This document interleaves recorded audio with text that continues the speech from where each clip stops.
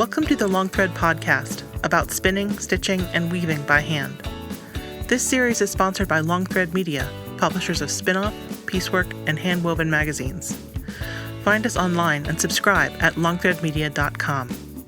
I'm your host, co-founder Ann Marrow. I'm here with Charllotte Kwon, who is the founder of Maiwa. Welcome. Thank you. When I think about I have an idea in my mind of what Maiwa is, but the more I've looked into it, the more I realize that there are a lot more parts to it than I knew initially. So can you tell me exactly what this project entails? Yeah, it's a little complicated. It's quite diverse, and that's because it's grown over the years. So here in Vancouver, we have two retail stores in a really wonderful arts-based area right in the center of our city called Granville Island. It's not an island as such. It's right in the center of the city where our art colleges are, and great theater and tons of independent artists. So we've been here almost since the beginning. And we have two retail stores, and then above our retail stores, we have our offices, and we also have a teaching studio and our permanent archive of books and textiles. So it's our permanent collection that is open to the public. So then, in addition to that, we have our main studio, which is in the east part of the city. It's its own building, and we have our own studio. We also teach out of it, so we have the Maiwa School of Textiles, and it's also our warehouse and our online and it's also open in general times. This is all open to the public. So that's also open to the public. And it's also a gallery space that we can hold exhibitions or pop-ups or that kind of thing. So that's our bricks and mortar, and that's our online and our school, which is called the MST, the Maiwa School of Textiles. So that's been going since 2004. In addition to that, we do a tremendous amount of research, and we're quite involved in that side of natural dyes as well as we do our own production. So there's that aspect of the so-called operations, our company. So then we have this whole other side of who we are, which is India. And that came out of I've worked in India now for over 30 years, and the reason our company exists is because of working with artisans. So I was an artisan myself, and then all that creative energy went into the whole idea of turning Maiwa into one of the pillars or one of the anchors of artisans from here and from India, which is where my passion is, to find markets. And when I went to India 32 years ago and started working with the artisans, that was a huge issue. It was with artisans. It just stunned me that here I got to choose, had the luxury of choosing to be an artist. And here I was meeting artists in India and craftspeople in India who were generation upon generation of skill development, art development, weaving development, all of that, crafts. My interest is crafts and textiles. So that it stunned me, and I came back, and I was. We have to reapply to be where we are in Granville Island in our businesses and so forth. It's not a given ever. And I went to the administration and I said I knew I had to be an artist, but I convinced them that they should let me try to represent other crafts, other textile craftspeople, particularly from India. And that would be such a wonderful exchange of ideas between all that was Granville Island and all who Maiwa was and all who these artisans are. So that started, I worked with embroiderers first, and then block printers, and then natural dyers and weavers, and several different types of block printers, many types of embroiderers now, but our whole underpinning is natural dyes. So I happen to work in a printing industry. That was my background I got my journeyman's ticket in running a 4-color press, and one thing after another, I got lead poisoning. So in Canada, that means you can never work in the industry again.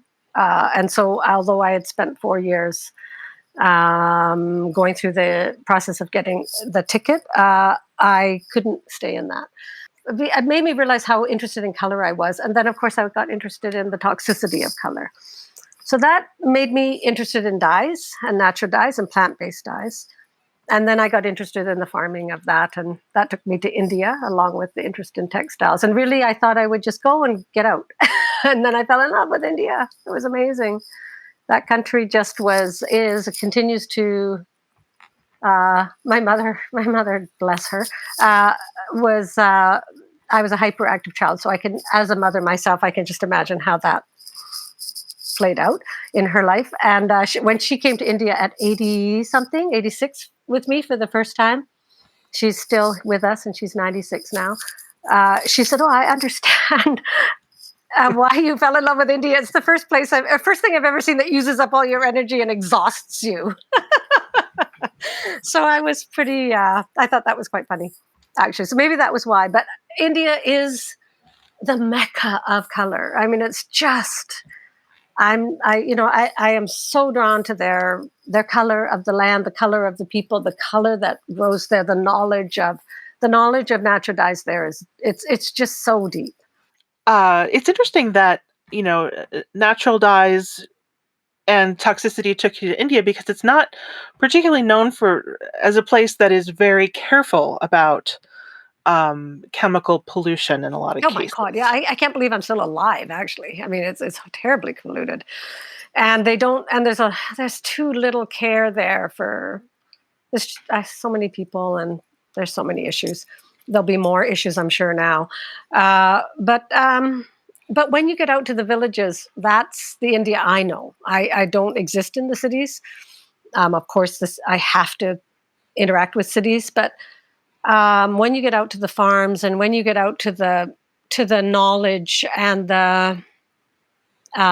in the most unexpected, with the most unexpected people and in the most unexpected ways, and even they surprise themselves, when somebody's interested, how much actual knowledge they have, and then it all comes out. Then my grandmother used to mix this type of resist, and this is what she used, and this is how she extracted her dyes, and it's all there. It's in fear of disappearing from their own knowledge base, just because there's more interesting things, I think, in India for young people. But I hope it doesn't disappear before they actually reclaim that. I hope that natural dyes makes enough of a comeback globally that the people who have kept it alive and kept it viable for all of us to, buy a piece or do a leaf print or do an indigo vat to do and move on. I hope that before that trend, I hope it's not a trend this time round. And I hope that natural dyes become something that benefits economically and environmentally, and with people's workspaces and so forth, can benefit the very people that all the knowledge sits with. Yeah. And I don't know, maybe this whole coronavirus crazy time that we're in, romantically, I like to think that, gosh, in places I know so well in India, where all the day laborers have gone back I have to say, it wasn't well planned, but still, they're back now in their villages. All the people we know that work in villages know that all the day laborers from all these surrounding cities, they're back now in the villages, and they're all talking, like, why do we leave these villages? It's such a lifestyle to be back with family. Economically, the future is bleak, but maybe not. I don't know. Maybe something will happen. I know we're certainly, trying to find ways that we could diversify the work and, try talking to some of the villages. They say, well, let's try our own sericulture. Let's try growing some of these dyes ourselves. Why is it going to the big farms? And we're like, maybe this is a time. I don't know. I hate to say, could be awful in the meantime.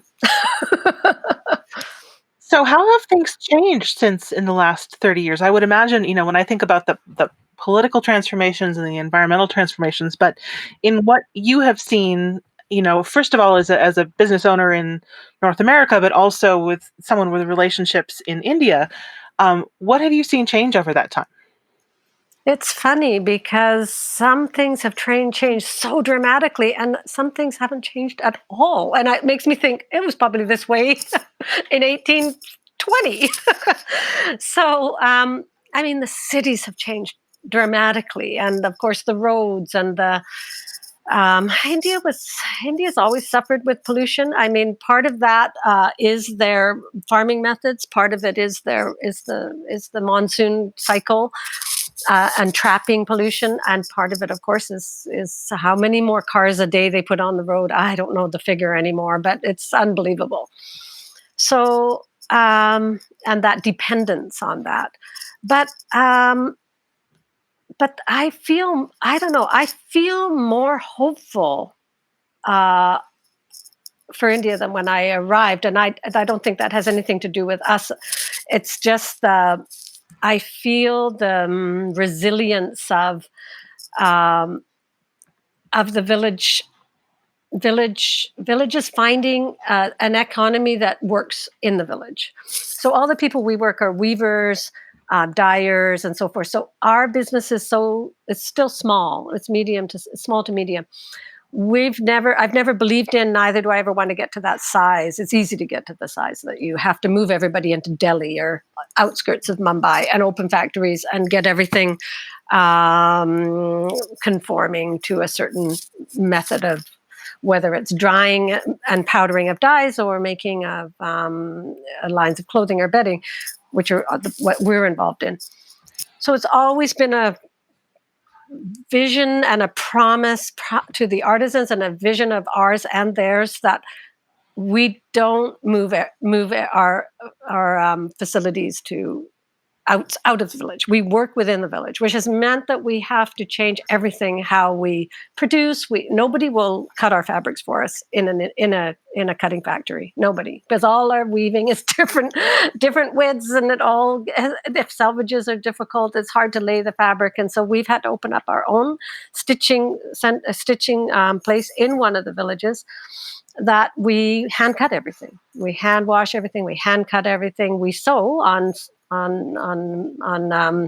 powered machines. We're not treadle, but we did have to change everything to be the business that we are, and that is interestingly still incredibly connected to the village and in the village. I mean, we're literally in the village, and it works. I mean, we're happier, and they're happier, and now my kids and I have 40 staff here. They go back and forth to India and they work, and it's a perk to them. They just absolutely love existing in the village. They're young, in their 30s, all of them pretty much, and to them it's a huge adventure. Is Maiwa the primary market for these artisans, or do they also have other relationships with other purchasers? No, they have other relationships with something we really want. We don't want to have that burden of being the only one. And we are very open with our patterns, our designs, our colors, our recipes. Yeah, we've developed them together. They're half yours, half ours. So if you have somebody you think is not going to be a competitor to us, don't kill our business. But somebody's in Australia or somebody's in Japan or whatever, share it. It's fine. It belongs to all of us, both of us. So that happens. There has been some very interesting things happen, really, because we were the main. We placed the largest orders, let's say, for our fabrics, for our clothing, and our fabric and our bedding, finished bedding, and then we started teaching sewing in the villages, so they could do all the finishing and so forth. And then there was some big companies in India, the craft textiles and handmade textiles started to really come up in India, and we were super happy about that. We started first seeing them show up in Bollywood movies, in sets and stuff, and people were coming in and buying it. Then all of a sudden, the middle class of Indian women particularly, started to, oh, this is okay. Before it was, we just have a khadi sari or maybe some khadi in their home, no natural dyes, are too dull, and just one or two Gundian parts of what they would purchase. Otherwise, they were more interested in becoming middle class and having a little bit more, I guess, a Western outlook. There was a time I have a flat there. There was a time I wanted to invite all the women over from the village and from the village, from Baigru, and I have old furniture in there, and I have worn textiles and all the things that I love, and they're like, "Oh, your flat is so nice. It'll be so nice when you get new stuff." I said, "This is my new stuff. Thank you very much. I love it." Oh, okay, whatever. All your stuff is so faded looking. So, in that sense, the market started happening for artisans and villages, and it was wonderful to see. We benefited from it because new designers were coming in, and they were challenging, and we've always been challenging, and then the problem started. Pricing always becomes an issue. So then all of a sudden we started noticing, well, that looks very much like madder, but it doesn't look like madder anymore, indigo. And what's going on? Oh, they want us to do that, or naphtha dyeing or whatever, but to look like the natural dyes. And I go, well, yeah, I don't mind sharing my stuff, but A, you can't change your costing, and B, you just can't try to sell synthetic dyes for natural dyes. So that became quite a big problem for us. And in fact, in some relationships, we ended them. One was very sad for me because I was just it was my favorite village to go to in India. And I loved the people so much, but it got out of hand. I mean, our stuff was coming. I had to test everything, and it was coming not naturally dyed. And interestingly, in the last couple of years, that relationship, they've come back to me. And they've said, please, we've had people pass away in our village, young people, and they're the dyers, and we're suspecting this problem. And I can't speak to that. I don't have that chemistry background, but I also suspect it. So now when they come back, it's not ma'am coming from the West, giving them an order, giving value added, paying for natural dyes, and them doing natural dyes. And then trying to find other natural dyes, not other clients within India that want to pay the price of natural dyes. It's more expensive. So, but now they're coming back for a very different reason. It's way more powerful, way, way, way more powerful. They're coming back saying, we don't want to do synthetic dyeing anymore. It's killing us. It's ruining our water. And we used to have a very beautiful village. I said, no, I know you had a very beautiful village right on the Ganges, and you poisoned it with sodium hydrosulfide, with bleaching methods, with naphtha dyes, with all of these things. So now what's happening is deeper. It's much deeper. The term fair trade started coming up a lot, maybe 20 years ago. And I noticed that although with what you're talking about, it sounds like what a lot of people think of as fair trade. That's not a term that I see you use. Yeah, we're fair trade certified all over the place. I don't use it because I think that I was shocked at how easy it was for us to get fair trade certification. I think fair trade should go way further if you're going to be fair trade. So I don't think it's fair to the customer to put on that sticker of fair trade and let them think that it's a step for sure. It's a step, but it doesn't go far enough. And I was stunned at what I did not have to produce to get my fair trade certification. So I feel we go way beyond fair trade, and I find fair trade was stopping the questions because people were saying, "Oh, they're fair certified." Boom, we'll buy from them. Instead, they challenge us and ask us. Oh, and I say, "Yeah, we're fair trade, but." Challenge us constantly. If you have an idea that you think we're using too much plastic, or you think we travel too much, I don't know. Let's talk about it. You're our customers. You guide us. In the end, it's your dollar. All we can do. You're the gatekeeper, but you got to be questioning as a gatekeeper. You can't just let advertising tell you what it's all about. You need to be involved in every single aspect of your buying dollar. Otherwise, don't spend it. So that actually brings me to something. Your was it your 30th anniversary book, put together a book called A Quiet Manifesto Yeah. Revisited. Mm. And what is a quiet manifesto to you? Well, the Quiet Manifesto was a little tiny book. You'll see it in one of the photos. It's a green little book. And it was a book I produced way, way back. I wrote trying to understand what was my role working in India, in these villages. Did I even belong working in India? How would we work in India? What was the vision of the company? And it came very much from many conversations with artisans, with the people we worked with in villages. And gradually I found I was on a kind of a route that was going to lead me rather than me directing that route, me saying, oh, this is the way we should trade as Westerners in another culture. This is how two cultures should trade with each other. This is how this. Instead, I found the actual journey or the story or the curiosity was leading. And that became this little book called The Quiet Manifesto. And to help our customers understand that they were part of that. They were as much a part of working in the village as we were. And that we hoped that through collaborating directly with artisans and directly with craftspeople, we could keep craft where it belongs. Craft is in an odd situation because it's economic. It's not fine art. It can sometimes easily be copied. It could be mass produced. It can sometimes look like mass produced, even if it's like pottery in a village or pottery.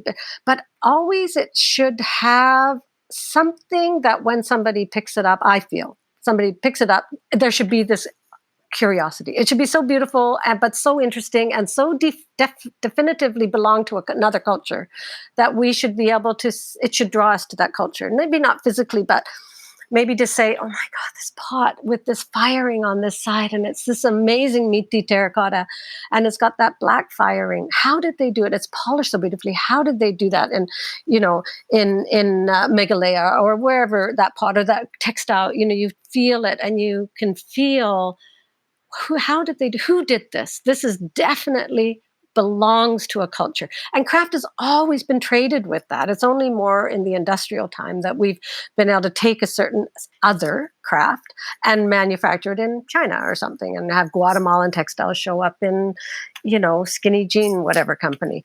So, that Quiet Manifesto was that journey, and it really helped me and also defined it for the staff and for the artisans and for who we traded with in India when they asked, why don't you go through a dealer? Why don't you just go to a showroom? Or why don't you let us look after everything for you and we can get people doing it? It made us say, oh no, that's not part of our manifesto. No, we need to trade directly. And we need to see what our influence is, and we need to see if we even belong there. And we need to see if coming in would be beneficial, or we should never even come in at all, or we should never leave, or all these types of ways that we started to understand how we needed to trade. And so then when we were sitting around, what are we going to do for our 25th anniversary? And we And then as we started to come up with an idea, we realized, well, we've missed it. We're already 28. Then we're like, oh, shoot. So then we thought, well, our 30th. And it was one of our staff, actually. She works in graphics for us. And she said, because I thought, well, we could tell all the stories of all the craftspeople.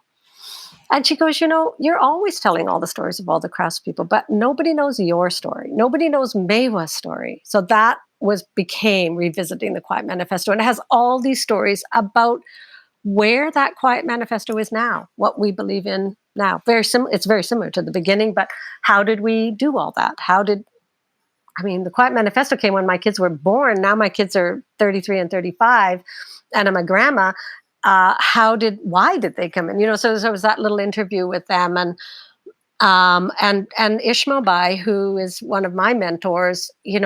I took photos of him before I even knew him, just because I was taking photos of the Rabari on their migration. And so there's so many parts of that. Well, how do we believe in natural dyes? Why do we believe in it? Why do we? What is our idea of what craft is? Sometimes, I'm quite proudly a middle man. I don't even need to be called a middle woman, and I don't think all middle men have to be. It has to be a negative connotation. Trade has to happen, but middlemen can be good. Middlemen can be super bad and awful. It's so interesting to hear you say that, because it touches on something I was curious about. This is a time when I think a lot of people who are, appreciating and wanting to learn more about textile traditions that we didn't grow up in, have a certain ambivalence about, do I deserve to be there? What is my role? Can I use any of these techniques? Um, how can I be respectful and also feel part of this community? And so that some of what you're saying, it sounds as though that's a question that's come up for you before. Always, I don't belong, but doesn't mean I don't belong. It doesn't mean I can't have a relationship of some sort. I'll never belong to India. I can speak Hindi, but I'll never belong there. But it doesn't mean, but there's a lot of people I associate with here that don't need to feel like they belong, or that historically they belong here, but they feel very connected to Canadian soil. And I feel very connected to India, but I don't romanticize that. I want to be accepted.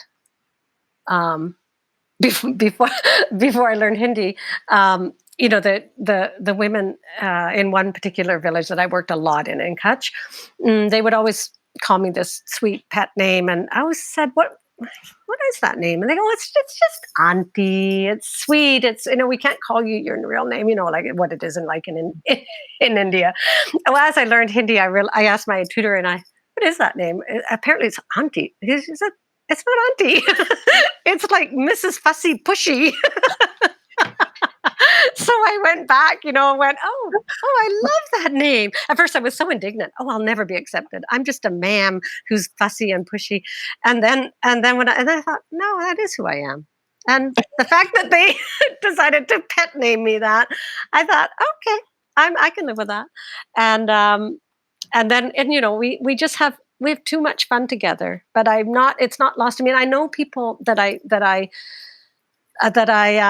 been called everything from white, colonial, supreme, whatever.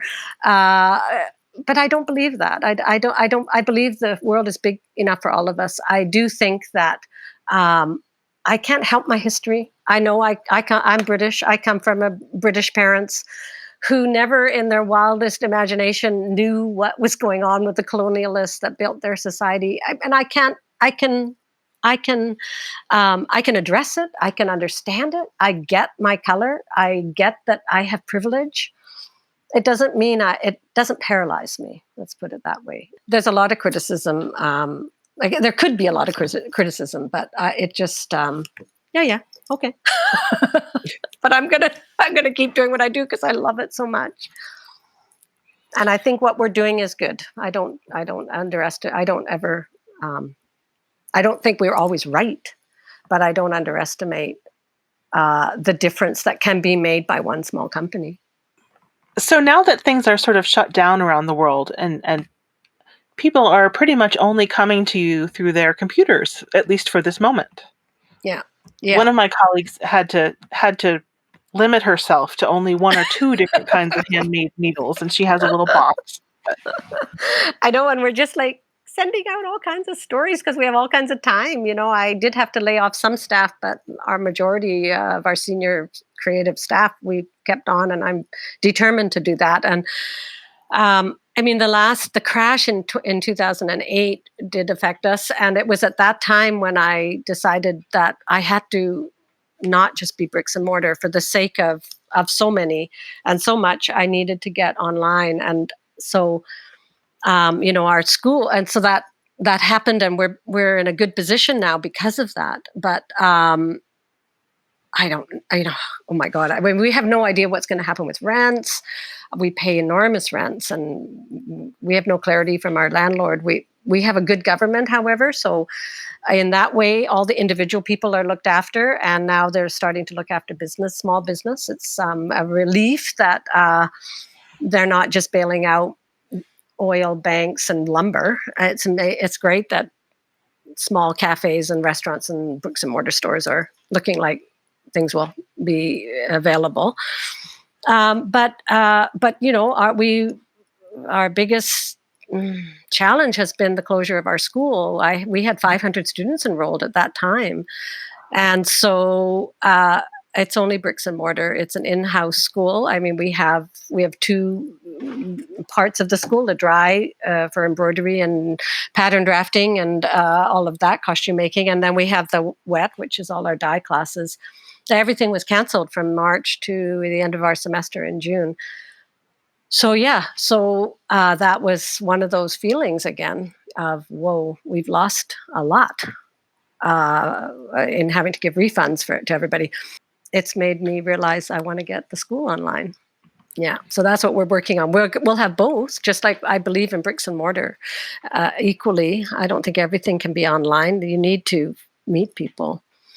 But our studios are beautiful studios, and they're both closed. So we can film or do something. So that's our idea right now. I think it'll take a year. It took us a year to get online properly. We have a new site. Actually, tomorrow you'll get another really beautiful email, which we have a new natural dye site. So we have our site, but that site is layered and not complicated, but it's diverse. So we've for the last year been building this new site, which has got all kinds of information and recipes and research and everything about natural dyes, all that. And we'll slowly be uploading free tutorials. And we, as I say, we do a lot of research. So that research is available to public to walk in. We have never put it online. So we need to put that online. That this site will allow us to do that. It's not part of the launch tomorrow, but it'll allow people to start seeing, oh, wow, I got to always check on their recipes. And I was thinking about that because I, just for my personal interest, was looking at sort of finished items. But when I look at your store or the website and I look at the drop down under natural dyes, it fills up the whole screen. Yeah. There are we have a lot of natural dyes. There's a lot of information on there.